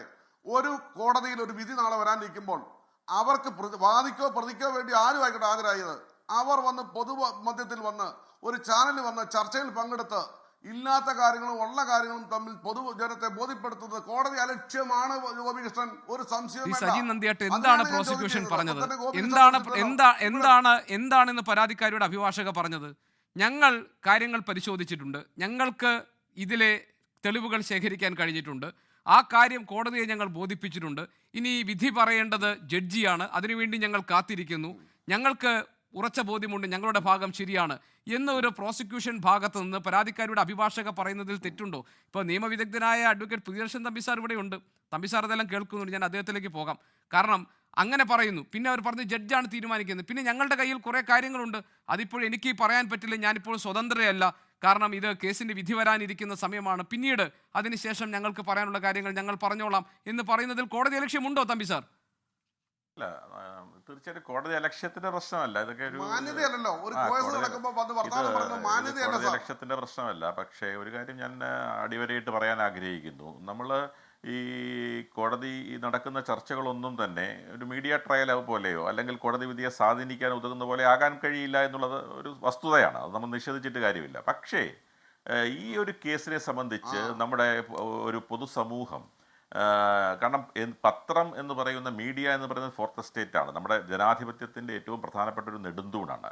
ആ നെടുന്തൂണെന്ന് പറയുന്ന മീഡിയ ചാനലുകൾ, ആ ചാനലുകൾക്ക് ഇതിൽ നിന്നും അകലം പാലിക്കാൻ കഴിയില്ല എന്നുള്ള അഭിപ്രായക്കാരനാണ് ഞാൻ അന്നും ഇന്നും എല്ലായ്പ്പോഴും. കാരണം ഇത് ഞാൻ ഇന്ന് കാണുമ്പോൾ എന്നെ കാണുന്ന സാധാരണക്കാരായ ചെറിയൊരു മാടക്കടക്കാരൻ മുതൽ പല ശ്രേണിയിലുള്ള ആളുകളെല്ലാം തന്നെ ഈ കേസിനെ കുറിച്ചാണ് ചിന്തിച്ച് നാളെയല്ലേ വിധി, 1000 പേരെങ്കിലും എൻ്റെ അടുത്ത് ഇന്നലെയും ഇന്നുമായി ചോദിച്ചിട്ടുണ്ടാകും നാളെ. അപ്പോൾ ജനങ്ങൾ ആകെ ഉറ്റുനോക്കുന്ന ഒരു സംഭവം, കേരളത്തിൻ്റെ ജനസമൂഹം ആകെ അതിൽ കാരണം എല്ലാ പ്രായത്തിലുള്ള ആളുകളും ഈ ഒരു കേസിൻ്റെ വിധി നാളെയാണ് എന്നുള്ളതിനെക്കുറിച്ച് ഉറ്റുനോക്കുമ്പോൾ ആ ഒരു വിഷയത്തെ നമ്മൾ ഒരു പത്രപ്രവർത്തകർ എന്നുള്ള നിലയിൽ അല്ലെങ്കിൽ പൊതുജനത്തിൽ നിൽക്കുന്ന ആളുകൾ എന്ന നിലയിൽ ചർച്ച ചെയ്യുന്നതിൽ ദോഷമൊന്നുമില്ല. കാരണം പക്ഷേ അത് കേസിൻ്റെ വിധി നാളെ ഇങ്ങനെയാകും അല്ലെങ്കിൽ വിധി ശിക്ഷിക്കും അല്ലെങ്കിൽ വെറുതെ വിടും എന്നൊരു നിഗമനത്തിൽ നമുക്ക് എത്താൻ കഴിയില്ല. പക്ഷേ അതിൻ്റെ ബ്രോഡ് പ്രോബബിലിറ്റീസിനെ കുറിച്ചും ആ കേസിൻ്റെ നാൾ വഴികളെക്കുറിച്ചും ആ കേസിലുണ്ടായ സംഭവ വികാസങ്ങളെക്കുറിച്ചും ഒക്കെ സംസാരിക്കുന്നതിൽ യാതൊരു അനുയോജ്യത. തമ്പിസാർ, ഈ പരാതിക്കാരിയുടെ അഭിഭാഷകയും അത്രയല്ലേ ചെയ്തുള്ളൂ. ഞങ്ങൾ പ്രോസിക്യൂഷന്റെ ഭാഗങ്ങളിൽ ഞങ്ങൾ ഈ കാര്യങ്ങളൊക്കെ കോടതിയെ ബോധ്യപ്പെടുത്തിയിട്ടുണ്ട്, ഇനി നാളെ തീരുമാനം വരാനിരിക്കുകയാണ് എന്ന് പറയുന്നതിൽ അല്ല, അങ്ങനെ പറയുന്നതിൽ തെറ്റൊന്നുമില്ല. അങ്ങനെ ഞാൻ കേട്ടില്ല, ഞാൻ കേട്ടിട്ടുണ്ട് തമ്പിസാർ. അങ്ങനെ മാത്രമല്ലല്ലോ ഗോപികൃഷ്ണ പറഞ്ഞത്. ഗോപികൃഷ്ണ വെള്ളപൂശണ്ട. TB ചെയ്ത മുഴുവൻ വീഡിയോസും ഇന്ന് നമുക്ക് നമ്മുടെ എല്ലാ മാധ്യമങ്ങളും ലഭ്യമാണ്. 24 ചെയ്തോട് ഞാൻ കണ്ടില്ല. അതെല്ലാം എനിക്കറിയില്ല. ഞാൻ കേട്ട ഭാഗത്തിൽ ഇത്രയേ ഉള്ളൂ. കേട്ടോ ശ്രീ സജി നദ്യ, 24നോട് ഈ പരാതിക്കാരിയുടെ അഭിഭാഷക പറഞ്ഞ ഭാഗത്ത് ഇത്രയേ ഉള്ളൂ, അത്രയേ ഞാൻ കേട്ടിട്ടുള്ളൂ. ഞാൻ ഇല്ലാത്ത കാര്യങ്ങൾ പറയാൻ പാടില്ലല്ലോ. താങ്കൾ കേട്ട് കാണും, എനിക്കറിയില്ല. അതിലെനിക്ക് പ്രത്യേകിച്ച് അഭിപ്രായം പറയാനില്ല, കാരണം താങ്കൾ കേട്ട് കാണും, ഞാൻ കേട്ടിട്ടില്ല, അത്രയും ഞാൻ പറഞ്ഞുള്ളൂ. ശ്രീ ബൈജു കൊട്ടാരക്കര ഞാൻ വരാം. തമ്പി സാർ, ഒരു കാര്യം കൂടി വളരെ പ്രധാനപ്പെട്ട ഒരു ഭാഗം ഈ കാര്യത്തിൽ ഞാൻ വരാം. ശ്രീ ബൈജു കൊട്ടാരക്കര, ഞാൻ ഇടവേളയ്ക്ക് ശേഷം ഞാൻ താങ്കളിലേക്ക് വരും. തമ്പി സാർ, ഈ കേസിൽ മറ്റൊരു പ്രധാനപ്പെട്ട കാര്യം നമ്മൾ ഇതിനകത്ത് കണ്ടത്, ഇതിലെ പരാതിക്കാരി ഇതിലൊരു അവിശ്വാസം രേഖപ്പെടുത്തിക്കൊണ്ട് 2020-നും 2024-നും ഇടയിൽ നിരവധി തവണ ഈ ജഡ്ജിനെ മാറ്റണം എന്നാവശ്യപ്പെട്ട് സംസ്ഥാന സർക്കാരും 4 തവണ കോടതിയെ സമീപിച്ചു എന്നതാണ്. ഈ സ്ഥിതിവിശേഷത്തെ താങ്കൾ എങ്ങനെയാണ് കാണുന്നത്? അല്ല, നമ്മളെല്ലാവരും തന്നെ ഈ കേസിൽ ഉറ്റുനോക്കുന്നത് പരാതിക്കാരിയുടെ ഐക്യദാർഢ്യം പ്രഖ്യാപിച്ച് തന്നെയാണ്. യാതൊരു സംശയവുമില്ല. കാരണം നീതിയുടെ ലക്ഷ്യങ്ങൾ വിജയിക്കണം എന്ന് പറയുമ്പോൾ തന്നെ, ഈ നിയമത്തിൻ്റെ വഴിക്ക് പോകണമെന്ന് പറയുമ്പോൾ തന്നെ, ഈ കേസിൽ എല്ലാവർക്കും നീതി കിട്ടണമെന്ന് പറയുമ്പോൾ പോലും ആ ഒരു പരാതിക്കാരുടെ വേദന അല്ലെങ്കിൽ അവരനുഭവിച്ച യാതനകൾ, അവർ സമൂഹത്തിലാകെ ഉണ്ടായിരിക്കുന്ന പ്രശ്നങ്ങൾ, അതിനെയൊക്കെയാണ് നമ്മൾ സപ്പോർട്ട് ചെയ്യുന്നത്. അപ്പോൾ തീർച്ചയായിട്ടും ഈ കേസിൽ അത് വളരെ പ്രധാനപ്പെട്ട ഒരു ഇഷ്യൂ ഈ കേസിൽ അടങ്ങിയിരിക്കുന്ന അതാണ്. കാരണം സ്വാഭാവികമായിട്ടും ഈ കേസിൻ്റെ ആദ്യം പരാതിക്കാരിയെ കോടതിയിൽ ചീഫ് വിസ്താരം നടത്തി വളരെ മുമ്പാണ് നടന്നത്. അന്ന് ആ പരാതിക്കാരിയെ ക്രോസ് വിസ്താരം നടത്തിയ ഘട്ടത്തിലാണ് അവർ ആദ്യമായിട്ട് ഒരു പരാതിയുമായി മുമ്പോട്ട് വരുന്നത് എന്നുള്ളത് ഒരു പ്രധാനപ്പെട്ട വസ്തുതയാണ്. ആ പ്രധാനപ്പെട്ട വസ്തുത ഇതെല്ലാം നമ്മുടെ ഓഫ് ദി റെക്കോർഡല്ല, ഓൺ റെക്കോർഡാണ്. നമ്മുടെ ഇതെല്ലാം ഈ പറയുന്ന വസ്തുതകളെല്ലാം, ഞാൻ പറയുന്ന വസ്തുതകളെല്ലാം അഡ്മിറ്റഡ് ഫാക്ട്സ് ആണ്. ഈ പരാതിക്കാരി തന്നെ അവർ ഒരു പരാതിയുമായിട്ട് വരികയും അത് കേരള ഹൈക്കോടതിയെ സമീപിക്കുകയും ഒക്കെ ചെയ്യുന്ന സ്ഥിതിവിശേഷമുണ്ടായി. അങ്ങനെ ഒരു സ്ഥിതിവിശേഷം ഉണ്ടായപ്പോഴാണ് ഈ കേസിലെ സ്പെഷ്യൽ പ്രോസിക്യൂട്ടർ ആദ്യം സ്വയം രാജിവെച്ചു പോകുന്ന ഒരവസ്ഥയുണ്ടായത്. അദ്ദേഹം ഇതിനു മുമ്പും തൃശ്ശൂരിലടക്കം പല കേസുകളിലും സ്പെഷ്യൽ പ്രോസിക്യൂട്ടറായ അനുഭവ സമ്പത്തുള്ള ഒരു വ്യക്തിയായിരുന്നു ഈ കേസിലെ ആദ്യത്തെ സ്പെഷ്യൽ പ്രോസിക്യൂട്ടർ. അദ്ദേഹം രാജിവെക്കുകയും, കാരണം ഞാൻ മനസ്സിലാക്കുന്നത് വെച്ചാണെങ്കിൽ ഈ സംസ്ഥാനം ഈ 2 പ്രാവശ്യമായി തുടരുന്ന പിണറായി സഹാവിൻ്റെ നേതൃത്വത്തിലുള്ള ഗവൺമെൻറ് എടുത്തിരിക്കുന്ന വളരെ സുചിന്തമായ ഒരു തീരുമാനമെന്ന് പറയുന്നത് സ്പെഷ്യൽ പ്രോസിക്യൂട്ടർമാരുടെ നിയമനം. പണ്ടൊക്കെ അങ്ങനെ ആയിരുന്നില്ല. പണ്ട് സ്പെഷ്യൽ പ്രോസിക്യൂട്ടറെ ആരെ നിയമിക്കണമെന്നുള്ളത് പോലീസാണ് തീരുമാനിച്ചത്. പക്ഷേ ഇപ്പോൾ ഈ 2016 ശേഷം ഉണ്ടായിരിക്കുന്ന ഒരു കീഴ്വഴക്കം എന്ന് പറയുന്നത് സ്പെഷ്യൽ പ്രോസിക്യൂട്ടർമാരെ പോലീസ് അല്ല നിയമിക്കുന്നത്, ഈ ഇരകൾ അല്ലെങ്കിൽ കംപ്ലൈനൻ്റ്, വിക്ടിമിൻ്റെ ആൾ മരിച്ചിട്ടുണ്ടെങ്കിൽ അവരുടെ വീട്ടുകാർ, അവരുടെ ചോയ്സ് ആരാണ്, അവരാരുടെ പേര് സജസ്റ്റ് ചെയ്യുന്നു, അവരെ തന്നെ സ്പെഷ്യൽ പ്രോസിക്യൂട്ടറായി നിയമിക്കാം എന്നുള്ള ഒരു മാനദണ്ഡമാണ് ഈ ഗവൺമെൻറ് കഴിഞ്ഞ കാലങ്ങളിൽ ഈ ഗവൺമെൻറ് തുടർന്നു വരുന്നത്. അത് ശരിയായ മാനദണ്ഡമാണ്. അപ്പോൾ അവർക്കൊരു പരാതി ഉണ്ടാവില്ല. അപ്പോൾ അതിൻ്റെ അടിസ്ഥാനത്തിൽ ഞാൻ മനസ്സിലാക്കുന്നത് ഈ അതിജീവിത തന്നെ പറഞ്ഞതിൻ്റെ അടിസ്ഥാനത്തിലാണ് തൃശ്ശൂർ സ്വദേശിയായിട്ടുള്ള സ്പെഷ്യൽ പ്രോസിക്യൂട്ടർ ആദ്യത്തെ അവസരത്തിൽ ഈ കേസിൽ നിയമിതനാകുന്നത്. അദ്ദേഹം രാജിവെച്ചതിൻ്റെ സാഹചര്യങ്ങൾ എന്താണ്, അദ്ദേഹം എന്തുകൊണ്ടാണ് രാജിവെച്ചതെന്ന് എനിക്കറിയില്ല. പക്ഷേ അദ്ദേഹം രാജിവെച്ചത് മുതലാണ് ഈ പ്രോസിക്യൂഷൻ കേസിൽ ഡിസ്റ്റർബൻസ് തുടങ്ങുന്നത് എന്നുള്ളൊരു വസ്തുതയാണ്. അങ്ങനെ അതിജീവിത തന്നെ ഈ കേസ് കോടതി മാറണമെന്ന് പറഞ്ഞുകൊണ്ട് കേരള ഹൈക്കോടതിയിൽ ഒട്ടേറെ കാര്യങ്ങൾ പറഞ്ഞുകൊണ്ട് ഒരു ട്രാൻസ്ഫർ പെറ്റീഷൻ ഫയൽ ചെയ്യുകയുണ്ടായി. സാധാരണ ഒരു ട്രാൻസ്ഫർ പെറ്റീഷനുമായി കോടതിയൊക്കെ സമീപിക്കുന്ന സംഭവ വികാസങ്ങൾ ഉണ്ടാകുന്ന പ്രതിഭാഗമാണ്. പക്ഷെ അതിൽ നിന്ന് വ്യത്യസ്തമായി വാദിഭാഗം തന്നെ ഒരു ഇത്തരത്തിലുള്ള ഒരു കേസ് എന്ന് പറയുന്നത് അതിജീവിതയുടെ കേസാണ്. കാരണം ഒരു മർഡർ കേസിൽ മർഡർ ചെയ്യപ്പെട്ട ആൾ മരിച്ചു പോകുന്നു, പിന്നെ അവരുടെ ബന്ധുക്കളാണല്ലോ ഇത് ജീവിച്ചു മരിക്കുന്നു. അതാണ് അതിജീവിത വാക്കിൻ്റെ അന്തർലീനമായിരിക്കുന്ന അർത്ഥതലങ്ങൾ. അതാണ് ജീവിച്ചു മരിക്കുന്നു അവർ ഇന്ന് മരിച്ചെങ്കിൽ പോലും വീണ്ടും ജീവിക്കുന്നു, അത് ജീവിത. അപ്പോൾ ഈ അതിജീവിത തന്നെ പരാതിയുമായി മുമ്പോട്ട് വരികയും കേസ് ട്രാൻസ്ഫർ ചെയ്യണമെന്ന് പറയുകയും അതിൽ വാദം കേൾക്കുകയും അത് ട്രാൻസ്ഫർ ചെയ്യാത്ത ഒരു സ്ഥിതിവിശേഷം ഉണ്ടാവുകയും പിന്നെ സുപ്രീം കോടതിയെ സമീപിക്കുകയും സുപ്രീം കോടതിയും അത് ആ കോടതി മാറേണ്ട, ട്രാൻസ്ഫർ ചെയ്യേണ്ട, ഈ കോടതി തന്നെ വിചാരണ ചെയ്യപ്പെടണം എന്ന് പറയുകയും ഉണ്ടായ കാര്യങ്ങളൊക്കെ നമ്മുടെ പൊതുമണ്ഡലത്തിലുണ്ട്. അപ്പോൾ അതിൻ്റെ എല്ലാം അടിസ്ഥാനത്തിലാണ് ആദ്യകാലങ്ങളിൽ ഒട്ടേറെ വിവാദങ്ങളും ഒട്ടേറെ ചർച്ചകളും ഒക്കെ ഈ കേസിനെ സംബന്ധിച്ച് നിയമവൃത്തങ്ങളിലും എല്ലാം ഉണ്ടായത് എന്നുള്ള വസ്തുതകളൊന്നും നമുക്ക് മറച്ചു വെക്കാൻ കഴിയില്ല എന്നുള്ളത്. ശ്രീ ബൈജു കൊട്ടാരക്കര, ബാലചന്ദ്രകുമാർ ഹാജരാക്കിയ ഒരു ഓഡിയോ ക്ലിപ്പ്, അതിന്റെ ബേസിലാണ് പിന്നീട് 2022 ജനുവരി 9 പുതിയ FIR ഇടുന്നത്. ഇപ്പോൾ നേരത്തെ ശ്രീ സജി നന്ദിയാട്ട് പറഞ്ഞു, ശരിയാണ്, 120B എന്ന ക്രിമിനൽ കോൺസ്പിറസി തെളിയിക്കണമെങ്കിൽ ഫ്രം റൂട്ട് ടു ഫ്രൂട്ട് അതിനെ കണക്ട് ചെയ്യുന്ന വിവരങ്ങൾ, തെളിവുകൾ ഒക്കെ കോടതിയുടെ മുന്നിലെത്തണം. ബാലേന്ദ്രകുമാർ നൽകിയിരിക്കുന്ന ഓഡിയോ ക്ലിപ്പുകൾ, അതിനുശേഷം നൽകിയിട്ടുള്ള പുറത്തു വിട്ട വെളിപ്പെടുത്തലുകൾ, അതിൻ്റെ അടിസ്ഥാനത്തിൽ FIR ഇട്ട് നടത്തിയ പുതിയ അന്വേഷണം, കാരണം ഇതിലെ തുടരന്വേഷണങ്ങളൊക്കെ നടന്നിട്ടുള്ളതാണ് ഈ കേസുകളിൽ. ഇതിൽ എത്രത്തോളം ശക്തമായി ഈ കാര്യങ്ങളൊക്കെ കണ്ടെത്താൻ കഴിഞ്ഞിട്ടുണ്ടെന്നാണ് ശ്രീ ബൈജു കൊട്ടാരക്കര താങ്കൾ മനസ്സിലാക്കുന്നത്? പിന്നെ ബാലേന്ദ്രകുമാറിന്റെ ഇടപെടലിനെ കുറിച്ച് പറഞ്ഞപ്പോൾ നേരത്തെ ശ്രീ സജി നന്ദിയാട്ട് ചില കാര്യങ്ങൾ പറഞ്ഞു. വ്യക്തിപരമാണ്, അദ്ദേഹത്തിന്റെ കുടുംബത്തെക്കുറിച്ചുള്ള കാര്യങ്ങൾ കൂടിയാണ് പറഞ്ഞത്. വേണമെങ്കിൽ താങ്കൾക്ക് അതിന് മറുപടി പറയാം. തീർച്ചയായിട്ടും ആദ്യം തന്നെ തുടങ്ങാം ഗോപീഷൻ. ഞാൻ ചോദിച്ച ചോദ്യത്തിന് ഉത്തരം രണ്ടാമതായിട്ട് വരാം. ആദ്യം തന്നെ സജി ഇന്ത്യാട്ടി പറഞ്ഞ ചില കാര്യങ്ങൾക്കുള്ള മറുപടി ഞാൻ പറയട്ടെ. ഇന്ന് കോടതിയിൽ ഒരു വക്കീൽ പറഞ്ഞു, അതായത് രാഹുൽ ഈശ്വറിന് ബുദ്ധിയില്ല എന്ന് ഒരു ജഡ്ജിന്റെ മുമ്പിൽ കോടതിയിൽ പറഞ്ഞു. എനിക്ക് തോന്നുന്നു ഈ വിധിയൊക്കെ അടുത്ത് വരുമ്പോൾ സജി ഇന്ത്യാട്ടിനും എന്തോ ബുദ്ധിഭ്രമം ബാധിച്ചിട്ടുണ്ടോ എന്നെനിക്കൊരു സംശയം. ഒന്നത്. രണ്ട്, ഈ കാവ്യമാധവനെ ദിലീപ് കല്യാണം കഴിച്ചത് കൊണ്ടുള്ള അസൂയയിലാണ് ഞങ്ങൾ ഇതൊക്കെ പറയുന്നതാണ് ആദ്യം സജി ഇന്ത്യാട്ടി ഒരു വാചകം പറഞ്ഞത്. കാവ്യമാധവൻ എന്ന് പറയുന്ന ആ സുഹൃത്ത് അല്ലെങ്കിൽ ആ ലേഡി എന്റെ കാമുകിയോ അല്ലെന്നുണ്ടെങ്കിൽ ഞാൻ ആഗ്രഹിച്ച പെണ്ണോ ഒന്നും അല്ല, എനിക്ക് അസൂയ തോന്നാൻ. അതൊന്ന് ഓർമ്മിപ്പിക്കട്ടെ. ആരെയാണെങ്കിലും നമ്മൾ വ്യക്തിപരമായി നമ്മളുടെ ഈ ചർച്ചയിൽ ഭാഗമാകാത്ത ആളുകളെയോ കുറിച്ച് അത്തരം പരാമർശങ്ങൾ ദയവായി ഈ പാനലിൽ ആരും തന്നെ നടത്തരുത്. ഇപ്പൊ കാവ്യമാധവനായാലും ശരി, മറ്റാരെയാണെങ്കിലും ശരി, അത് നമ്മളുടെ ചർച്ചയുടെ പൊതുമാന്യതയ്ക്ക് യോജിച്ചതല്ല എന്നതുകൊണ്ട് ഈ കേസ് പറയാനുള്ള കാരണമാണ് ഞാൻ പറഞ്ഞത്, അല്ലാതെ വൈദ്യുവൊന്നും അല്ല. എന്ത് കാര്യത്തിലാണ് അതല്ലല്ലോ വിഷയത്തിലേക്ക്. ഞങ്ങൾക്ക് എന്താണ് അസൂയ? ശരി ശരി, വിഷയത്തിലേക്ക്. അത് ബാലേന്ദ്രകുമാറിന്റെ കാര്യം. ആദ്യമായി ഈ കാര്യങ്ങളിൽ അന്നു മുതൽ ഈ നടി ആക്രമിക്കപ്പെട്ട ദിവസത്തിന്റെ പിറ്റേ ദിവസം മുതൽ ഇതിനകത്ത് പൊതു രംഗത്ത് അല്ലെങ്കിൽ ഇത് വെളിയിൽ ഇതിന്റെ സത്യാവസ്ഥ കൊണ്ടുവരാൻ വേണ്ടി അക്ഷീണം പ്രയത്നിച്ച ഒരാളാണ് ഞാൻ. അന്നു മുതൽ കുറെ കാലങ്ങൾ വരെ കഴിഞ്ഞ് ഈ കേസിന്റെ വിധി വരും, ഈ വിധി പ്രതികൂലമായി പോകും എന്ന് പറഞ്ഞിരുന്ന ഒരു സമയത്താണ് ബാലേന്ദ്രകുമാർ വരുന്നത്. ഈ ബാലേന്ദ്രകുമാർ വരുന്നത് ഇന്ന് ചില ചാനലുകളൊക്കെ അവകാശപ്പെടുന്നത് പോലെ ബാലേന്ദ്രകുമാർ ഒരു ചാനലിലേക്കും അല്ല പോയത്. ബാലേന്ദ്രകുമാർ ആദ്യം തിരുവനന്തപുരത്ത് വിളിക്കുന്നത് എന്നെയാണ്.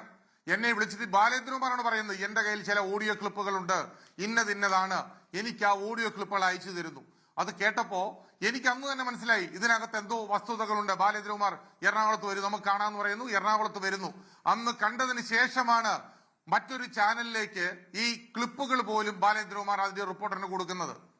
അതുമാത്രമല്ല, ഈ ബാലേന്ദ്രകുമാറിനെ അവസാന കാലത്ത് തിരിഞ്ഞു പോലും നോക്കിയില്ല എന്നാണ് സജി ഇന്ത്യാട്ടി പറഞ്ഞത്. ആര് പറഞ്ഞു സജി ഇന്ത്യാട്ടി നിങ്ങളോട് തിരിഞ്ഞു നോക്കിയില്ല എന്നുള്ളത്? ബാലേന്ദ്രകുമാറിന്റെ ഭാര്യ ഷീബയോടോ അല്ലെങ്കിൽ അദ്ദേഹത്തിന്റെ സഹോദരന്മാരോടോ ഒക്കെ ചോദിച്ചാൽ മനസ്സിലാകും. ഞാനും പ്രകാശ് ബാരയും ദുബൈയിലൊരു ഡോക്ടറും ഒക്കെ എങ്ങനെയാണ് അദ്ദേഹത്തിന്റെ അവസാന കാലഘട്ടത്തിൽ അദ്ദേഹത്തെ സഹായിക്കാൻ പരമാവധി ശ്രമിച്ചു എന്നുള്ളത്, ഏതെല്ലാം രീതിയിലാണെന്നുള്ളത് അവർ പറഞ്ഞു തരും. അതൊന്നും ഈ ചാനലിൽ കൂടെ വെളിപ്പെടുത്തേണ്ട കാര്യം ഞങ്ങൾക്കില്ല. വലത് കൈ കൊടുക്കുന്ന ഇടത് കൈ അറിയരുതെന്ന് വിശ്വസിക്കുന്ന ഒരു മനുഷ്യനാണ് ഞാൻ എന്നുള്ളത് കൊണ്ട് മാത്രമാണ്. പിന്നെ അതുപോലെ തന്നെ TV മിനി പറഞ്ഞ കാര്യം, TV മിനി എന്താണ് പറഞ്ഞത്? TV മിനി കോടതിയിൽ നടന്ന ഒരു കാര്യങ്ങളും വെളിപ്പെടുത്തിയിട്ടില്ല. ഇന്ന് 24 വന്നതും ബാക്കിയുള്ള 1-2 ചാനലുകളിൽ TV മിനി വക്കീൽ കൊടുത്ത സ്റ്റേറ്റ്മെന്റും ഒക്കെ ഞാൻ കണ്ടു. TV മിനിയുടെ കുത്തി റിപ്പോർട്ടർമാർ ചോദിച്ചപ്പോൾ TV മിനി അവസാനം പറഞ്ഞെന്താണ്? നാളെ വിധി വരട്ടെ, വിധി വരുന്നത് വരെ എനിക്കൊന്നും പറയാനുള്ള അവകാശമില്ല, കാരണം ഞാൻ ആ കേസിന്റെ ഭാഗമായിട്ട് നിൽക്കുന്നയാളാണ്, അതുകൊണ്ട് പറയാനുള്ള അവകാശമില്ല എന്നാണ് പറഞ്ഞത്. അത് TV മിനിയുടെ ഒരു വെർഷനായിരുന്നു. അതിനെയൊക്കെ വെറുതെ ഇങ്ങനെ എടുത്തിട്ട് അവിടെ ഇവിടെയും തൊടാതെ മറുപടി പറയുന്നതൊന്നും ശരിയല്ല സജി ഇന്ത്യാട്ടി എന്ന് പറയാൻ എനിക്കുള്ളൂ. ഇനി ഗോപീഷൻ ചോദിച്ച കാര്യത്തിലേക്ക് വരാം. ഗോപീഷൻ, അന്ന് ഈ ബാലേന്ദ്രകുമാർ തന്ന ആ വോയിസ് ക്ലിപ്പുകൾക്കകത്ത് പ്രധാനമായും ഒരു വോയിസ് ക്ലിപ്പ് ഉണ്ടായിരുന്നു. അത് എന്താണ്? ഈ തേടിയ വള്ളി കാലിൽ ചുറ്റി എന്ന് പറയുന്ന ഒരു വോയിസ് ക്ലിപ്പ്.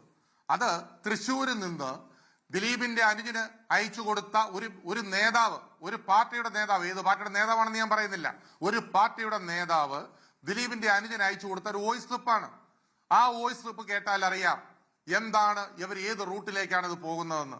അതേപോലെ എത്ര വോയിസ് ക്ലിപ്പുകൾ, ഈ സാഗർ എന്ന് പറഞ്ഞ സാക്ഷിയെ മൊഴി മാറ്റാൻ ഉപയോഗിച്ച വോയിസ് ക്ലിപ്പുകൾ, ഈ വീട്ടിൽ ബാലേന്ദ്രകുമാറിന്റെ സാന്നിധ്യത്തിലിരുന്ന് ഈ ക്ലിപ്പുകൾ കാണുന്ന ദിലീപും ബാക്കി കൂട്ടാളികൾ ഉൾപ്പെടെയുള്ള കാര്യങ്ങൾ. അതിനകത്ത് അന്ന് ഈ ക്ലിപ്പ് കാണാതെ അവിടെ സൈഡിൽ മാറിയിരുന്ന ബാലേന്ദ്രകുമാർ കേട്ട ശബ്ദം, ആ ശബ്ദം എന്താണെന്ന് വരെ കോടതിയിൽ പറഞ്ഞിട്ടുണ്ട്. ഇല്ലെങ്കിൽ പ്രോസിക്യൂഷൻ നാളെ പറയട്ടെ, ആ വക്കീലന്മാർ നാളെ പറയട്ടെ. അതെങ്ങനെയാണ് ദിലീപിന്റെ കിട്ടിയത്? ദിലീപിന്റെ വീട്ടിലെങ്ങനെയാണ് കിട്ടിയത്? ശരത് എന്ന് പറഞ്ഞ ഒരാളാണ് കൊണ്ടുകൊടുത്തതെന്നാണല്ലോ പറഞ്ഞത്. 3 കോടതികളിൽ നിന്ന് ഈ മെമ്മറി കാർഡ് പോയില്ലേ? ഇല്ലീഗലി ആക്സസ് ചെയ്തില്ലേ? ഇതിന്റെ അന്വേഷണം കോടതിയിൽ വേണ്ടെന്ന് പറഞ്ഞതാരാ? അതിജീവിതയാണോ പറഞ്ഞത് കോടതിയിൽ ഇന്ന് അന്വേഷണം വേണ്ടെന്ന് പറഞ്ഞത്? ഇതിന്റെ അന്വേഷണം വേണ്ടെന്ന് പറഞ്ഞ ദിലീപ് എന്ന് പറഞ്ഞ 8ാം പ്രതിയാണ്. അയാൾക്ക് എന്താണ് ഇതിനകത്ത് കാര്യം? 3 കോടതികളിൽ നിന്ന് ഒരു മെമ്മറി കാർഡ് ആക്സസ് ചെയ്തപ്പോൾ വെളിയിലുള്ള ഒരുത്തം കൊണ്ടുപോകുമ്പോ, ഒരു പെണ്ണിന്റെ മാനം വെളിയിലേക്ക് കൊണ്ടുപോകുമ്പോ അതിനെക്കുറിച്ചൊരു അന്വേഷണവും വേണ്ട എന്ന് പറയാൻ എട്ടാം പ്രതിക്ക് എന്താണ് അവകാശം? ഇത് ഈ നാട്ടിൽ നടന്നതല്ലേ? എന്നിട്ട് എന്ത് സംഭവിച്ചു? അതിന്റെ അന്വേഷണം നടന്നോ? നേരത്തെ ഞാൻ പറഞ്ഞ FSL റിപ്പോർട്ട്, FSL ലാബിന്റെ റിപ്പോർട്ട് 1.5 വർഷം പൂഴ്ത്തിവെച്ചില്ലേ കോടതിയിൽ? ആരെങ്കിലും ചോദിച്ചോ? ഇനിയുമുണ്ട് പുറത്തു വരാത്ത 1-2 തെളിവുകൾ. വിധി കഴിയട്ടെ, പുറത്തുവിടും, തീർച്ചയായിട്ടും പുറത്തുവിടും. ലോകം അറിയും ഈ കേസിനെ കുറിച്ച്. കാരണം ആർക്കും ആരെയും പൊട്ടന്മാരും ഒന്നും ആക്കാൻ പറ്റില്ല. ആടിനെ പട്ടിയാക്കാൻ പറ്റില്ല ഈ നാട്ടിൽ. പണമുണ്ടെന്ന് കരുതിയോ സിനിമയിൽ സ്വാധീനമുണ്ടെന്ന് കരുതിയോ വെച്ചിട്ട് ഈ നാട്ടില് ആരെയും പൊട്ടന്മാരാക്കാനോ അല്ലെന്നുണ്ടെങ്കിൽ കബളിപ്പിക്കാനോ പറ്റില്ല എന്ന് നാളത്തെ വിധി കൊണ്ട് തെളിയും എന്നാണ് എനിക്ക് തോന്നുന്നത്. തീർച്ചയായും നീതിപീഠം അത് മനസ്സിലാക്കിയിട്ടുണ്ടാകണം. വീണ്ടും ഞാൻ പറയുന്നു, ആദ്യം ഇവരെല്ലാം പറഞ്ഞതാണ് പൾസർ സുനിയെ എനിക്ക് അറിയുകയില്ല. പക്ഷെ പൾസർ സുനിയെ അറിയാം. ആ കോൺസ്പെറസി തെളിയിക്കാൻ പൾസർ സുനിയും ദിലീപുമായുള്ള ബന്ധം മാത്രം മതി. അതിന്ന് വക്കീൽ വരെ സമ്മതിച്ചു. പ്രതിഭാഗത്തുള്ള വക്കീൽ വരെ സമ്മതിച്ചു അവർ തമ്മിൽ ബന്ധമുണ്ട് എന്നുള്ളത്. ഈ ഏതെങ്കിലും ലൊക്കേഷനിൽ ചെന്നെടുത്ത ഫോട്ടോയോ അല്ലെങ്കിൽ ദിലീപുമായി സംസാരിച്ചതൊന്നുമല്ല. ഇവർ തമ്മിലുള്ള സാമ്പത്തിക ഇടപാടുകൾ ഉണ്ടായെന്നും അത് ഗൂഢാലോചനയുടെ ഭാഗമാണെന്ന് തെളിയിക്കുകയും കൂടി വേണം. ഞാൻ പറഞ്ഞത് നിയമത്തിന്റെ കണ്ണിൽ. കേട്ടോ ശ്രീ ബൈജു കൊട്ടാരക്കര, അതാണ് അതിലെ ഏറ്റവും പ്രധാനപ്പെട്ട ഭാഗം. ഗോപീഷൻ അതുണ്ട്. ഞാൻ പറഞ്ഞത് അതാണ്. അതുണ്ടെന്നാണ് പ്രോസിക്യൂഷൻ പറയുന്നത്. പണം ഉൾപ്പെടെ അതുണ്ടെന്നാണ് പ്രോസിക്യൂഷൻ പറയുന്നത്. അതാണ് പൾസർ സുനിയുടെ അമ്മയ്ക്ക് കൊടുത്തതും പൾസർ സുനിക്ക് പല സിനിമാ കമ്പനികളുടെ അക്കൗണ്ടുകളിൽ നിന്ന് പൾസർ സുനിക്ക് പോയ പണവും പല സിനിമാ കമ്പനികളുടെ പേരിലാണ് പോയിരിക്കുന്നത്. ആ അയച്ചു കൊടുത്ത പണമല്ല ഈ കേസിന് വേണ്ടി ഉള്ളതാണെന്നുണ്ട്. ശരി, പിന്നെ ദിലീപ് തന്നെ പറയുന്ന മറുപടി കേട്ട്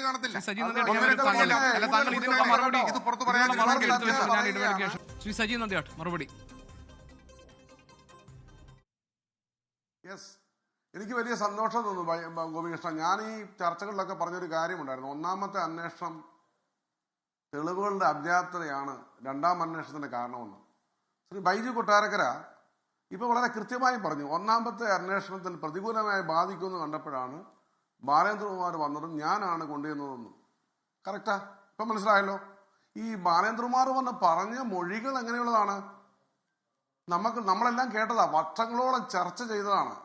ഒരു കാര്യവുമില്ലാത്ത കുറെ ശബ്ദങ്ങൾ കൂട്ടിയിണക്കിയ കുറെ മിമിക്രിക്കാര്, പിന്നെ അര സെക്കൻഡ്, കാ സെക്കൻഡ്, ഇതെല്ലാം കണ്ടതാ കേരളം, കേട്ടതാ. കേരളത്തിലെ മുഴുവൻ കൊച്ചു കുട്ടികൾക്ക് വരെ എംപോസിഷൻ എഴുതാതെ ഇത് മുഴുവൻ കാണാപ്പാടം പറയും. ഇവരുടെ ഈ വാദമോഹങ്ങളൊക്കെ പൊളിഞ്ഞു വീണതാ ചീട്ടുകൊട്ടാരം പോലെ. പിന്നെ ബൈജു കൊട്ടാരക്കാരെ പറയുന്നത് എന്താണ്? ഇവിടെ ദൃശ്യം ദിലീപിന്റെ വീട്ടിൽ നിന്ന് കണ്ടു. ദിലീപിന്റെ വീട്ടിൽ ഭാര്യ, മക്കൾ, അനൂപിന്റെ ഭാര്യ, കുഞ്ഞുങ്ങൾ, അവർക്കെല്ലാം കാണാൻ പറ്റിയ ദൃശ്യമല്ലേ? അത് കേൾക്കുമ്പോൾ കോമൺ സെൻസ് ഉള്ള ഒരു മലയാളിക്ക് മനസ്സിലാകും ഇത് ഒന്നാം തരം ഉടായ്പ കേസാണ്. ഇത് ബാലേന്ദ്രകുമാർ ഡീസൻ്റായി മാറിപ്പോയിരുന്നു. മരിച്ചുപോയ ഒരാളെ കുറ്റം പറയുന്നില്ല ഞാൻ, അതുകൊണ്ട് ഞാൻ പറയുന്നില്ല. ബാലേന്ദ്രകുമാർ എന്താണ് ഇവരുടെ ഉദ്ദേശം? അതായത് ഒന്നാമത്തെ അന്വേഷണത്തിനുള്ള ലൂപ്പ് പോയിന്റ്, ലാബ്സ് രണ്ടാം അന്വേഷണത്തിൽ fill in the blanks suitable with suitable words. ഭയങ്കര ക്രിമിനോളജിസ്റ്റുകൾ എഴുതി കൊടുത്ത തിരക്കഥയാ പോലീസിന്. എന്നിട്ട് എന്ത് ചെയ്തു? ഈ നടി ആക്രമിക്കപ്പെട്ടത് എന്തിനാണ്? ദൃശ്യം ശേഖരിക്കാൻ. ഈ ദൃശ്യം എന്തിനു ശേഖരിക്കണം? അതിന്റെ മോട്ടീവ് പ്രൂവ് ചെയ്യണം. ആ മോട്ടീവ് പ്രൂവ് ചെയ്യണം എങ്ങനെയാണ്? ദിലീപിന്റെ കയ്യിൽ ഇതുണ്ട് എന്ന് വരുത്തി തീർക്കണം. അതിനാണ് ബാലേന്ദ്രകുമാറിനെ കൊണ്ട് ഈ കഥ പറയിച്ചത്. നിങ്ങൾ ഇതെല്ലാം പൊളിഞ്ഞു പോകും. കാരണം വാമൊഴികൾക്ക് പ്രസക്തമല്ല. കോടതിക്ക് വേണ്ടത് ക്ലിയർ ക്രിസ്റ്റൽ തെളിവാണ്. കൊടുത്തിട്ടുണ്ടോ? ഉണ്ടെങ്കിൽ ദിലീപ് നാളെ ശിക്ഷിക്കപ്പെടും. അതുപോലെ തന്നെ ഇവർക്ക് 2600 ഡിജിറ്റൽ തെരുവുകൾ, ഇതൊക്കെ കേൾക്കുമ്പോൾ അറിയാം. ഞാൻ പറയാം സാർ, ഇപ്പൊ നിങ്ങൾ ഗോപികൃഷ്ണൻ പറഞ്ഞല്ലോ, ഇവിടെ തമ്പി സാർ ഇരിപ്പുണ്ടല്ലോ. ഒരാളെ ശിക്ഷിക്കണമെങ്കിൽ ഒരു ശകലം, നമ്മൾ സാധാരണ പറയാറില്ലേ, 100 കോഴിക്ക് എന്ന് പറഞ്ഞ പോലെ, കാടയെന്ന് പറഞ്ഞ പോലെ ഒരു ശകലം ചൊല്ലി തെളിവ് മതി, ശിക്ഷിക്കപ്പെടും. പൾസർ സുനിക്ക് ദിലീപ് പണം കൊടുത്തത് ഡയറക്റ്റ് കൊടുത്തിട്ടുണ്ട്, തെളിയിച്ചാൽ ദിലീപ് ശിക്ഷിക്കപ്പെടും. ഞാനല്ലേ പറയുന്നത്. പക്ഷേ ഇവരിപ്പോ ബൈജു കൊട്ടാരക്കര അറിയാതെ ഒരു കാര്യം പറഞ്ഞു. എന്താ പറഞ്ഞത്? പല സിനിമാക്കാരനും പൈസ കൊടുത്തിട്ടുണ്ടെങ്കിൽ, അയ്യോ പൾസർ സുനി പ്രവർത്തിക്കുന്ന സിനിമാ മേഖലയിലാണ്, വേറെ കമ്പനികൾ പൈസ കൊടുത്തതിന് ദിലീപ് എങ്ങനെ ഉത്തരവാദിത്തം പറയും? കണ്ടോ, ഇവർ പോകുന്നത് ഏത് വഴിക്കാണ്? പൾസർ സുനി സിനിമയിൽ വർക്ക് ചെയ്യുമ്പോൾ പൾസർ സുനിക്ക് ലഭിച്ച പല കമ്പനികളിൽ വർക്ക് ചെയ്യുമ്പോൾ പല കമ്പനികളിൽ കൊടുത്ത പൈസ എങ്ങനെ ദിലീപിന്റെ പൈസയാകുന്നത്? ഞാൻ എന്റെ നന്ദിയാട്ട് ഫിലിംസിന്റെ പേരിൽ ഒരു വ്യക്തിക്ക് പൈസ കൊടുത്താൽ അതേതായാലും ശ്രീ സജി നന്ദിയാട്ട്, ഇതടക്കമുള്ള കാര്യങ്ങൾ, ഈ ഗൂഢാലോചന കുറ്റം തെളിയിക്കാൻ കോടതിക്ക് മുന്നിലുള്ള സാഹചര്യ തെളിവുകളായി കോടതിയെ ബോധ്യപ്പെടുത്തും വിധം അവതരിപ്പിക്കാൻ പ്രോസിക്യൂഷൻ കഴിഞ്ഞിട്ടുണ്ടോ?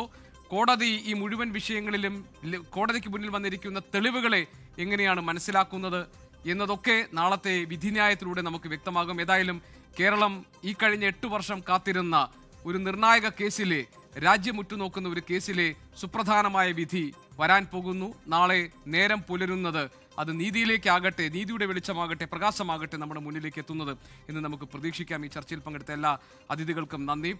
24ന്റെ പ്രേക്ഷകരോട് പറയാനുള്ളത്, 24 ഇന്റർനാഷണൽ എന്ന യൂട്യൂബിലെ ഞങ്ങളുടെ ഇംഗ്ലീഷ് ചാനൽ ഇന്ന് പ്രവർത്തനം തുടങ്ങിയിട്ടുണ്ട്. ലോകത്തെമ്പാടുമുള്ള പുതുതലമുറയിൽപ്പെട്ടവരെ അവരിലേക്ക് വാർത്തകൾ എത്തിക്കുക എന്നതാണ് 24 ഇന്റർനാഷണൽ എന്ന ഞങ്ങളുടെ സംരംഭത്തിന്റെ ഉദ്ദേശം. ദിലീപിൻ കേസിൽ, നടി ആക്രമിക്കപ്പെട്ട കേസിന് നിർണായകമായ വിധി നാളെ വരാനിരിക്കുമ്പോൾ അതിന്റെ നാൾവഴികൾ ഉൾപ്പെടെയുള്ള മുഴുവൻ വാർത്തകളും ഇംഗ്ലീഷിൽ അറിയാൻ ആ ചാനലിലെ സൗകര്യങ്ങൾ ഉണ്ടാകും. പ്രേക്ഷകരുടെ പിന്തുണ ഞങ്ങൾ 24 ഇന്റർനാഷണലിലും പ്രതീക്ഷിക്കുകയാണ്. ലോകത്തെവിടെയായാലും ഏത് സമയത്തും 24 വാർത്തകളും ഓഗ്മെന്റഡ് റിയാലിറ്റി പാക്കേജുകളും എക്സ്പ്ലെയിനറുകളും വിശദമായി കാണാൻ ഞങ്ങളുടെ യൂട്യൂബ് ചാനൽ നിങ്ങൾക്ക് സബ്സ്ക്രൈബ് ചെയ്യാം.